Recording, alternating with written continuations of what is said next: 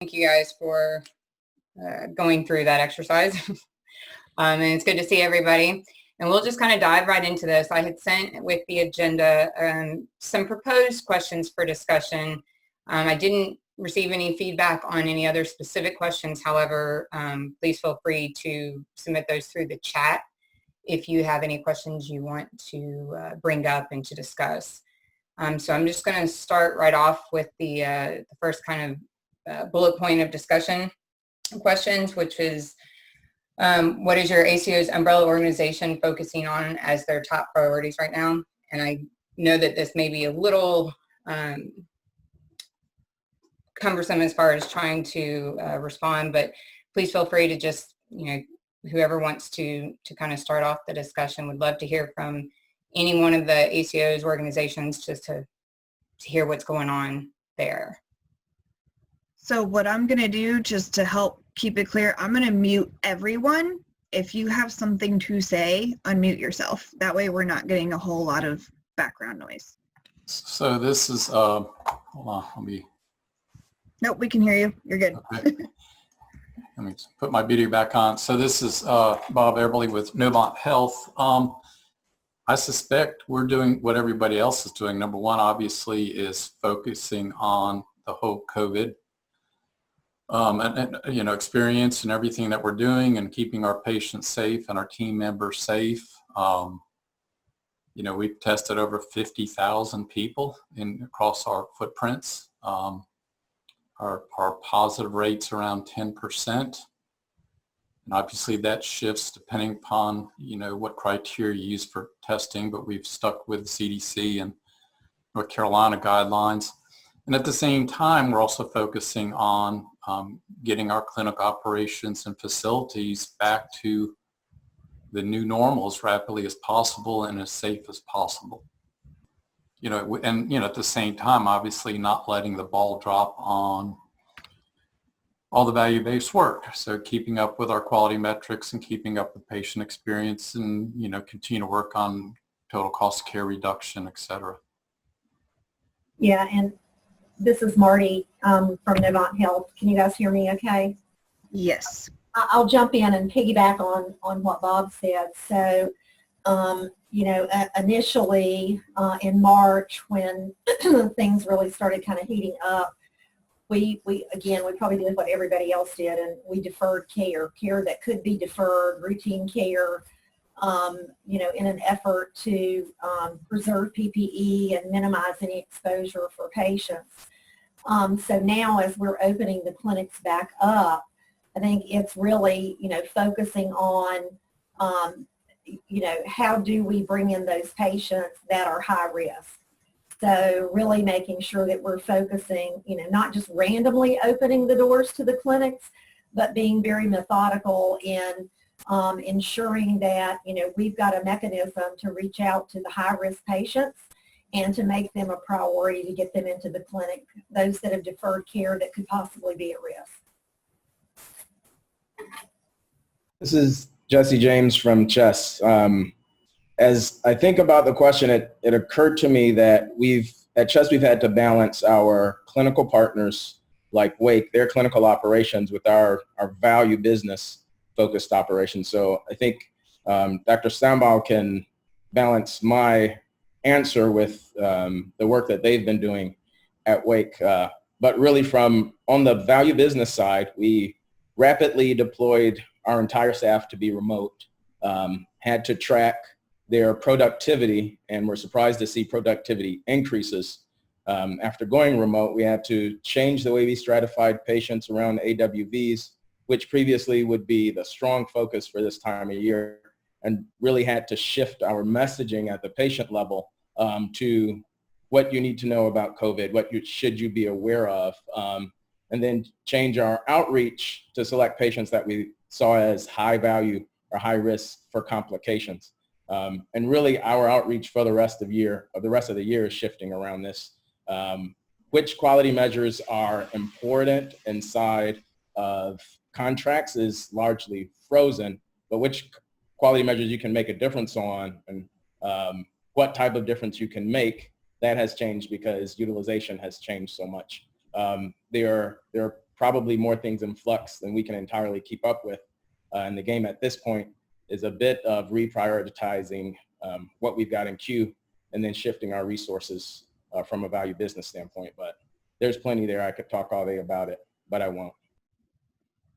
This is Elizabeth Stambo. So just to add what Jesse just said, I think one piece that we've really focused on is trying to figure out, over the past several years, I think everybody's trying to figure out how do you prioritize who you reach out to. And so this crisis has helped us to focus that down more. And we're using a frailty index to predict who are the frailest folks and focusing some reach out based on that as well as the individual registries for different disease states. And this is Ruth from Atrium Health. I think, we in the chairs that we sit in actually have data sets that can help drive the work that we do in a meaningful way. And so we did use the data sets that we have, develop a vulnerability index is what we called it, both looking at patients who had either past canceled an appointment as a result of COVID or canceled in the next 90 days an appointment, and then used technology, both virtual check-ins through the phone and virtual video to reconnect patients that had a high vulnerability index, either to fail in their current treatment path or because they were at high risk to fail if they were exposed to COVID. We did some additional work specifically in our vulnerable populations. We added some additional questions around food, access to medicine, access to services as we were screening patients. And I think the work that we're doing now is really what we're calling a re-entry sprint. And so looking at, in particular, a lot of the quality measures, and then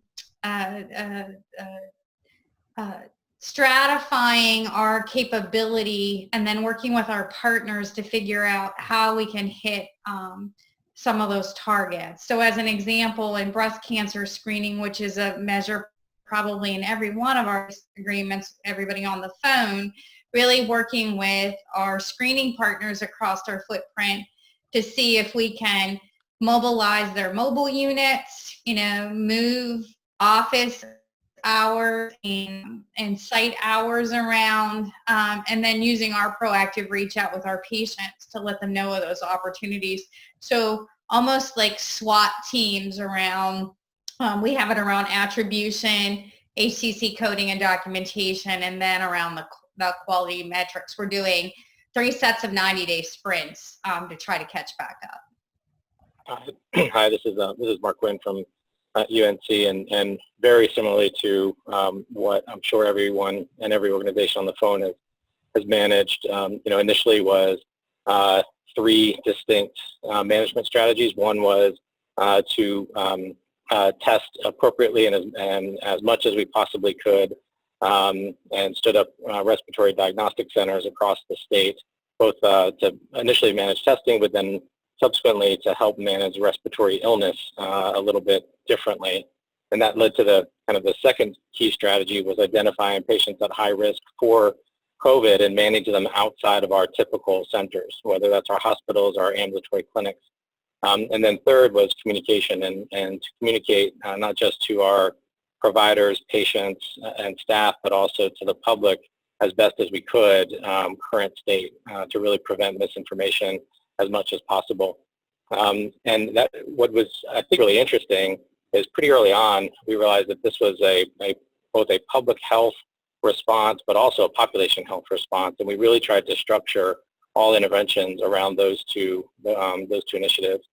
We're now entering, just very similar to Atrium and others, we're entering a transformational recovery phase now, and standing up clinical operations as best as we can and as safely as we can, and also learning from new initiatives around telehealth, just like everyone else, expanding our pop health services through chatbot technology and others to reach more people in ways that are new and different to us and gather more information. It became pretty apparent pretty quickly that our relationships with our skilled nursing facilities were really very important, and our ACO and integrated network had better and more robust relationships with congregate living facilities and elsewhere. So really helping those facilities navigate this tightened our relationships more and better. I think, quite honestly, gave us a much better understanding of some of the difficulties they face across the state. That's been extraordinarily helpful and something we need to learn from. I look forward to the discussion around virtual health as well. I think all of us have some interesting and unique takes on that. I can speak for the Aledade experience so far. This COVID has definitely been our full focus since pretty early in March, and you know, we work with independent practices where very top of mind is, well, first very top of mind was access to PPE, and so did a lot around trying to do PPE acquisition. And then next was like keeping my practice open, right? So we saw, like everywhere across the country, you know, primary care volumes drop by 50 to 80%. It was more like 50% in our North Carolina practices, and really tried to work very fast in terms of selecting a telehealth option at a good price point with ease of implementation, and really doing workflow support of practices around making telehealth a routine part of care. That continues to be a major focus, and you know, we're able to fairly quickly ramp up people's use of and comfort level with telehealth, and you know, all the toolkit, how to getting a grasp of all the different payer policies around coverage and the billing and coding nuances around that has been a big focus. And then similarly to what others have described, we fairly quickly propped up a COVID vulnerability score in terms of a new prioritized kind of outreach approach, and launched what we're calling the Stay Well at Home initiative, in terms of really these are your most vulnerable patients. If they were to be exposed to COVID, be proactive about reaching out, engaging them in telehealth, establishing a virtual care plan for chronic conditions, assuring access to medications, screen for social needs and depression and anxiety flares. We're focusing now a lot on equipping practices with a comfort level of addressing advanced care planning with COVID vulnerable patients. And so that's kind of been the two-pronged approach of like refocusing which patients need us the most right now, and making sure those are the folks that get outreach to, and also leveraging that as a way to really help practices get their volume back up through a telehealth strategy and keep their doors open. This is Stephen Knuckles. We've been doing a lot of the same things that the other groups are doing. A little different approach with our patients that are in care management programs. We've not taken as much of a targeted approach. We're just trying to take a blanket approach. So we got about 20% enrolled, and so we wanted to make a point to reach out to all of them to make sure if they had needs, we were connecting them with social services around Meals on Wheels or anything, or grocery deliveries, any of those things that they may have been struggling with, connecting with resources, making sure that they knew how to access resources, what was available to them if they did have needs. We've also been concerned with attribution issues, so we really have a targeted list around maintaining annual wellness visits and maintaining appropriate attribution during the crisis, and of course, keeping focus on all of our quality measures as well as HCC codes to make sure we are maintaining our levels and they're not falling off. Thank you guys for that. That's helpful to kind of have a better understanding of where you have been and are, and then kind of how the focuses have shifted. Curious if there is as far as where you are right now and some of the resources that you're struggling with or have been struggling with? Is anybody still having problems getting, whether it's with PPE, telehealth, things like that, struggling to still get connected to? Just kind of as a side note question. And where we can, us in the NCHA can, possibly be helpful in those areas. So just wanted to kind of check with you all on that. This is Stephen Knuckles. I'll just chime in. We've just been very grateful for all of the different groups out there that have helped source PPE. Alidade, came through and did a great job helping find some resources. North Carolina Medical Medicaid Department, I know we got a shipment of different things. We've had a lot of not-for-profits from around the country. We've been able to help source resources in. So our team has been focused on helping source some of those things, obviously going through our traditional distributors, but also finding some new ones as well. So it's taken a real team effort, but we seem to be managing through that process pretty well. Yeah, this is Marty from Novant Health. Similar to what Stephen just said, we work very closely with our supply chain, sourcing PPE, and we had some things on allocation, but just to make sure we weren't burning through things too fast or that people weren't hoarding PPE. But we've never gotten to a point where we were low. We've always had an adequate supply of everything that we needed. I guess our biggest challenge, we've got 11 respiratory assessment centers, and in Forsyth County and Mecklenburg County, we're doing about 85% of the testing in the community. And so the allotment that we have from Abbott on the rapid test has been a challenge. We've burned through that very quickly and have had to change our approach to really utilizing the rapid test only for patients that present to the respiratory centers that are symptomatic. And then we're using the LabCorp collection kit and test as our backup on everybody else.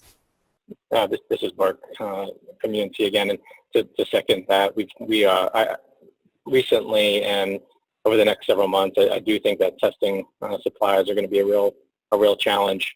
We've tried to ramp up our internal testing as much as possible and leverage commercial testing as much as possible as well. But I do foresee that as a challenge with increasing number of potential cases during phase 2 and phase 3 of reopening the state. I will also reiterate that we have been incredibly grateful for partners across the state that have helped supply both UNC Health and our associated independent providers with PPE. It's really been a tremendous community effort, and our supply chain folks have done a remarkable job procuring statewide and national, international supply chains. Our independent providers and practices are really struggling still, though, and we've been able to supply some PPE, but it is still a struggle. So if there are magic sources out there that folks know about, please feel free to share. I think we could all leverage them. One additional comment on the testing thread, something that we're trying to put a lot of energy into now is helping practices really understand like the difference between diagnostic testing and the antibody testing, and the vendors are out there creating a lot of confusion both for patients and practices. So that's I just wanted to flag that as something that probably we all need to be pitching in and cognizant of. What is the appropriate clinical use case, if any, for the various kind of testing methodologies that are being marketed to practices. Yeah, I mean, this is Bob Eberly again with Novant. I mean, we're giving all the information out there and misinformation around the antibody testing. We're really trying to discourage patients around that right now. We really don't know what to do with a positive test. We really don't know what to do with a negative test. Maybe down the road we'll have more accurate testing and we'll understand the results a lot better. But that's currently, we're not telling our providers you can't do the test, and if you're going to do the test, do an IgG. But at the same time, we're trying to make sure that they're educating the patients as to the limited information that it's really going to provide, given everything we know or don't know about the COVID virus. Any other comments around what you guys are doing focused on COVID and kind of looking ahead, what some of the needs might be, or how we might want to think about moving forward from a clinical, 6 months from now, and how this might impact your practices, and what some of those needs or need gaps might be, whether it's for, we've mentioned supplies, and just a better understanding of the testing, but anything else while we're still on the COVID topic that you guys can think of. Kristen, go ahead. This is Lydia Newman with New Hanover. I think from our perspective, we've done a lot of the things that others have mentioned, but I am concerned that as we reach out to our most vulnerable populations to ensure that they have meds, that they're continuing their visits, and we're getting them in for video visits or even physical visits, there's a widely seemingly feedback from the patient of, oh, I don't want to bother these busy doctors. I think, the layperson probably thinks that every doctor in America is now frontline in a hospital dealing with COVID. And so I think there's a lot of outreach and education we need to be doing to our patient population to ensure that they're aware that practices are open and functioning with these options to keep them safe, and that they're encouraged to utilize them, because I think they feel some sort of impression that they would be imposing. So that's sort of a concern that we're trying to address now. And this is Jody Fleming. Sorry, go ahead, Jody. No, go ahead. I was just going to say, this is Tonda with Triad Healthcare Network, and I would agree with that same sentiment that we've had a good deal of outreach to vulnerable populations, and there's a bit of mistrust in the information that's coming across, and certainly in being able to land people back to practices. And we're finding really having to dig into messaging around the safety of coming back into the physical practice, physical space, that you're not going to get COVID just in our offices. So we're having to think through that a lot, and what resources are the best way to communicate that effectively to community. Yeah, so this is Jody Fleming, and I can touch a little bit on some of the PPE work that the North Carolina Healthcare Association is doing. And we're working with many organizations that, like the Medical Society, working with Chris Shank and her organization, Long-Term Care Home Health Hospice. So anybody that sees patients and having trouble getting PPE, what we've been doing is trying to create a program to aggregate volume. So like someone alluded to earlier, I'm not sure who was talking, but that not being able, like the private physician practices not being able to get access to PPE, and not being able to meet minimums from non-traditional suppliers. So we've created a kind of an aggregation program, if you will. We've done a mask N95 buy. We've done just recently this week level 1, level 2 isolation gowns. We'll do another one, but just trying to really figure out how we can collaborate and find something that's not readily available to all healthcare providers across the state, and we have been actually very successful in doing that. So I mean, there's opportunity for no, we're not doing things the traditional way, and I don't think we're going to be doing things the traditional way for an extended period of time. We're looking at a year to 18 months where we're going to still be waiting on the market to right size itself when it comes to PPE. So there are opportunities out there, and it's not, it's really just about trying to aggregate that volume, because the scale that you get with some of these non-traditional suppliers, if you can get enough, then you can actually save more money. And, you know, it's the whole supply and demand from, you know, from your college business classes and economic classes. So we're trying to do something like that, and happy to help anybody that's out there really just kind of bring this together. So happy to have off-site conversations, but we're actually working with the Medical Society on some of these as well. So yeah, happy to talk further about it, but I just wanted to throw that out there, that there are different ways to do things, and that's what we have to do right now, is think of things differently. Hey, this is Marty. Novant Health would like to throw a question out to the group. I've heard several folks that your organization has stood up respiratory clinics. Novant Health has done that as well. We've got 11 sites.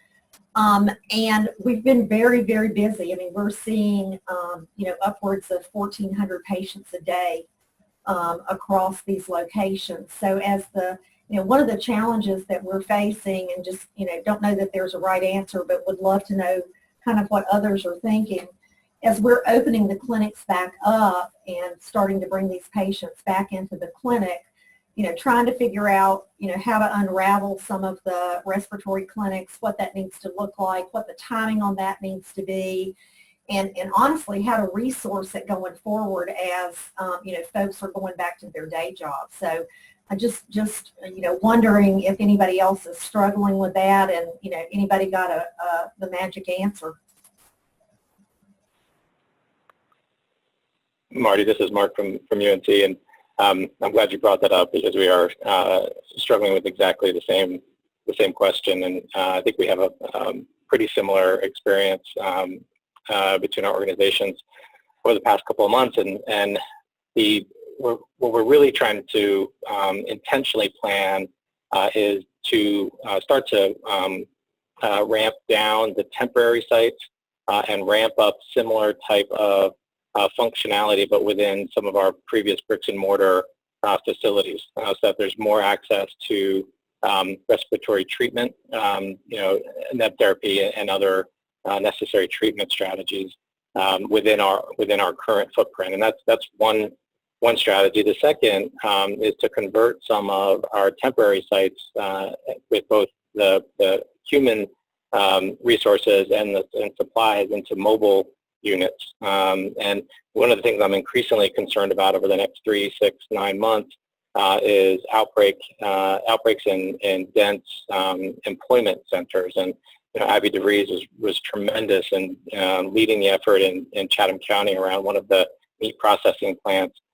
I'm beginning to get concerned about construction sites, seeing some cases come out of there and other employment areas. And I do wonder if there's a role for some of our respiratory diagnostic testing centers as mobile units, really partnering with employers across the state. Anybody else have any thoughts on that question from Marty, or any other questions around what you're doing now? Hey, this is Amy Russell. I can just say that, you know, we don't have separate respiratory clinics in Western North Carolina. Many of the health systems and the practices have created their own separation of services. That, you know, a separate room that has its own exit and a pathway where patients can enter or exit, or they do a telehealth visit first and take care of the patient out in the parking lot. So the way we're seeing this happen is a lot of clinics have developed a kind of respiratory pathway for most of their patients. And then the larger systems also have walk-in respiratory care within their own clinics that has been partitioned off from the rest of their clinics.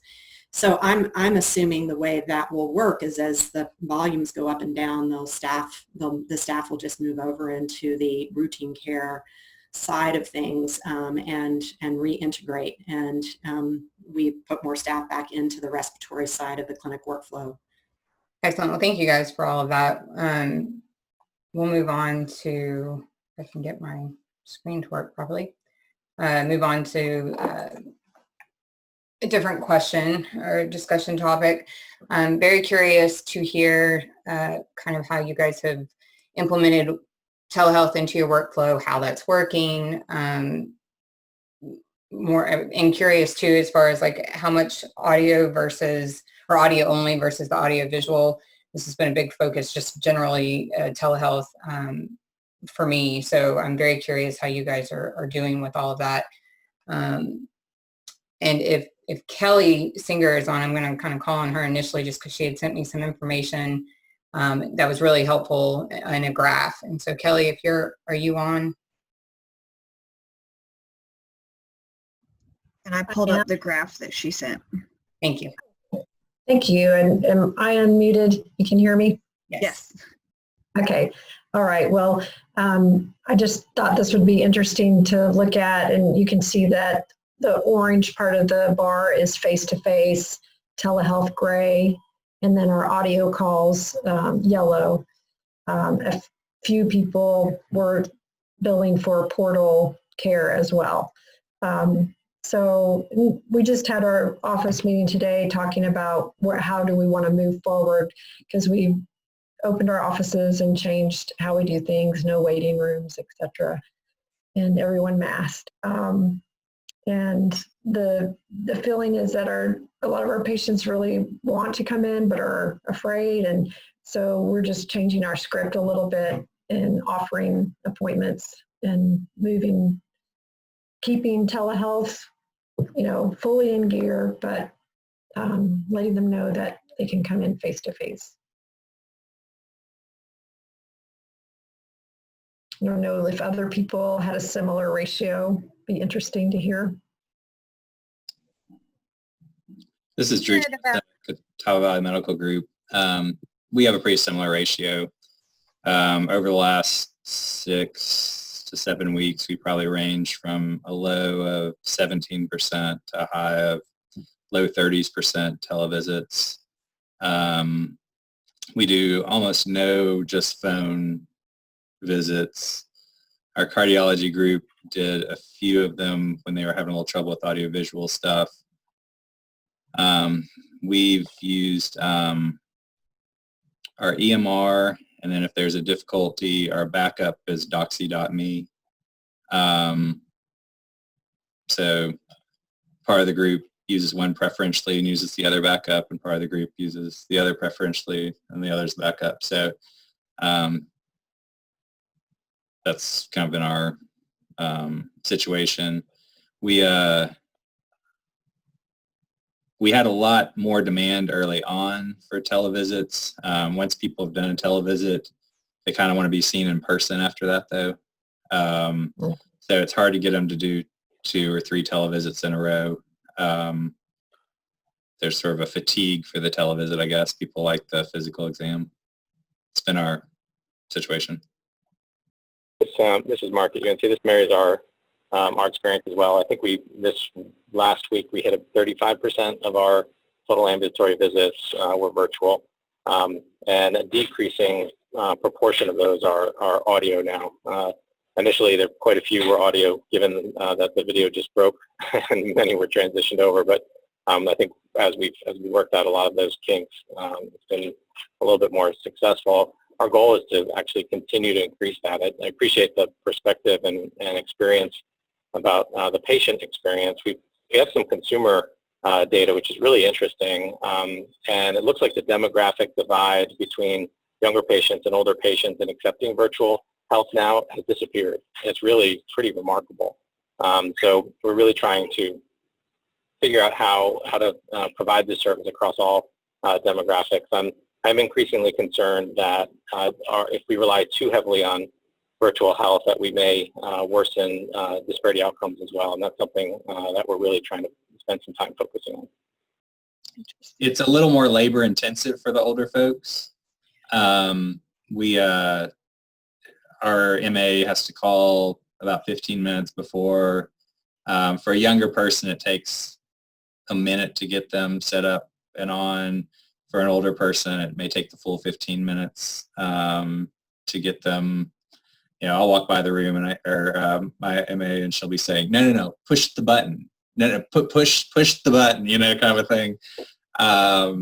So it's a different experience, but I would say the percentages are pretty close between the older and the younger folks. It just takes more effort. Yeah, this is Bob Everly.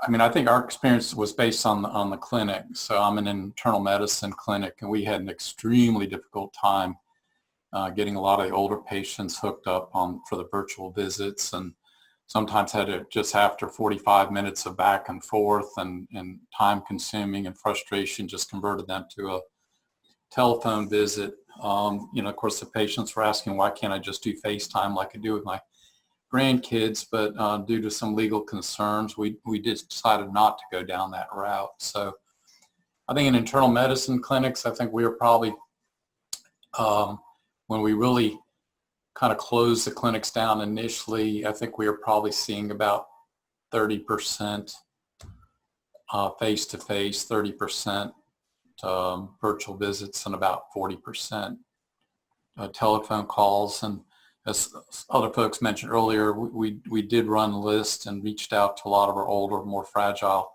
folks, and just the amount of appreciation they had with just a phone call, just saying, how are you holding up? Do you have any questions? I think that was, you know, enormously valued to reassure a lot of the more vulnerable older patients. But over time, you know, we've shifted a little. We're doing a little bit more virtual visits, but quite frankly, we're back at this point in time, at least in my internal medicine clinic, we're probably 90-95% back to face-to-face. I think family medicine with younger generations, you know, that adopt to this a lot easier. I think there is going to be a bigger demand for virtual visits going forward from the younger generations. A lot of my older patients were, you know, can't wait to get back into the clinic again. And we've not seen a lot of folks uncomfortable coming with our clinics. I think part of that is because we did set up all the respiratory assessment centers. And so they've known that we've not brought anybody with a fever or cough into our facilities for the last 6 weeks. But we are transitioning back into, you know, setting aside a few rooms off to one side with a separate exit, you know, with PPEs and all that, as we start to unwind some of our racks. Yeah, I just want to take a quick second and remind everyone there's the chat option as well. So if you don't feel like speaking up but still want to contribute, there is conversation happening in the chat as well. So please feel free to utilize that in addition to video and voice. So this is Allidaid practices. I was just checking on this again, but for the North Carolina Allidaid practices, we really peaked higher, like 40 to 45% of visits were being done by telehealth for about a 3-week stretch, and now it's running like 35%, while total visit volume is climbing. I think we are feeling more hopeful that this becomes a more permanent part of of regular primary care practice, and that this has leapfrogged some of these practices into more modern ways of providing easier access and patient engagement. But it feels very you know, feels very fragile, and you know, part of our advocacy priorities is really around wanting payers to permanently extend their telehealth coverage policies and pay at parity, as so that we don't lose ground here. We see it as a very positive thing to for this to be a more permanent part of the toolkit for primary care, and really to fully embrace it, you know, to fully optimize workflows around it, to fully optimize patient comfort and engagement around it. we need it to become a more, we need to be hearing from payers a more permanent commitment that this will be part of the future. This is Melissa from Pinehurst Medical. To piggyback on some of the comments made on the Medicare population being a little more challenged with the telemedicine, we've experienced that also, and in response to that created what we called a virtual care clinic. So we partnered with ACO Medical to lease some tablets from them, where we set up basically an outdoor clinic for our drive-through. We found that not only with the fear or not having good wireless access at home, but also not wanting to come into their physician visits because they felt like the value wasn't there as much because they were not comfortable getting lab work done. We did a drive-through lab. So that has taken off really well. So we've had a lab set up with a 20 by 40 tent. They don't get out of their car. We do all of the screening questions and check their temperature and then guide them through the process, and they're in and out in 10 minutes. Of course, now they want this to continue forever. With the virtual visits and the telehealth with these tablets, we basically reverse the calling. So instead of the physician calling the patient on their cell phone, they show up to the virtual care clinic. The nurse or medical assistant goes out and takes their blood pressure manually, sanitizes the tablet in their vision so they can see that everything is done safe and kept clean, and then we send the message to the provider as if they were the patient, so then they get the call for the telehealth and they do the visit in their car. So that's just one thing that we've taken and started to help with that challenge. This is Mark at UNC. I want to second, third, fourth, and fifth what Annette said earlier. I think one of the real values perhaps of this group statewide is to continue to advocate with payers to maintain parity for as long as possible, preferably indefinitely. And I'm sure this is a common experience across all of our systems. But what took us 2 years previously to stand up a minuscule amount of virtual health in 3 days, over a weekend, we broke down all our internal barriers. And granted, a lot of this was dependent on parity, but we just broke down our own internal barriers, and that was a huge success. And this is to the last person's comment. This has now launched e-consults across our specialists, which also has taken a year to really get to. We've been envious of Atrium's behavioral health platform for a long time. Now we've been able to launch that, which also took a year or two previously. All of our internal barriers are breaking down. We're really looking at enhanced home health with home monitoring, looking at virtual acute care, et cetera. So this for us is a catalyst, and I really, really don't want to lose that momentum, and payer parity is key to that. I agree with Mark. I couldn't, this has moved us forward really quickly as well with telehealth. And the one comment I have, just looking at this chart, I would say we had a lot higher percentage of telehealth in this region, and I'm not 100% sure why, though my own experience has been there are so many transportation barriers for people in the mountains, in rural areas, that there's a lot of people, even though there's connectivity issues, and they preferred to do it by phone, they were so grateful to not have to come in.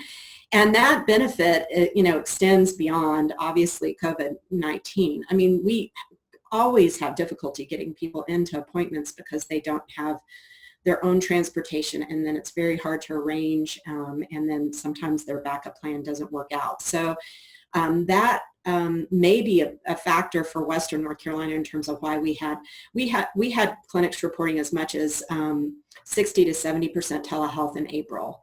And I think, I personally am doing mostly telehealth right now, and part of it is our clinic just gives everybody that option, and unless they're a child who needs immunizations. And we published some things around prenatal guidelines really early on, so we're managing those populations in the best way possible, but also offering them telehealth visits. So those things might have been factors, but I think in particularly rural regions, there's some huge benefits to telehealth that we've seen just from a patient service perspective.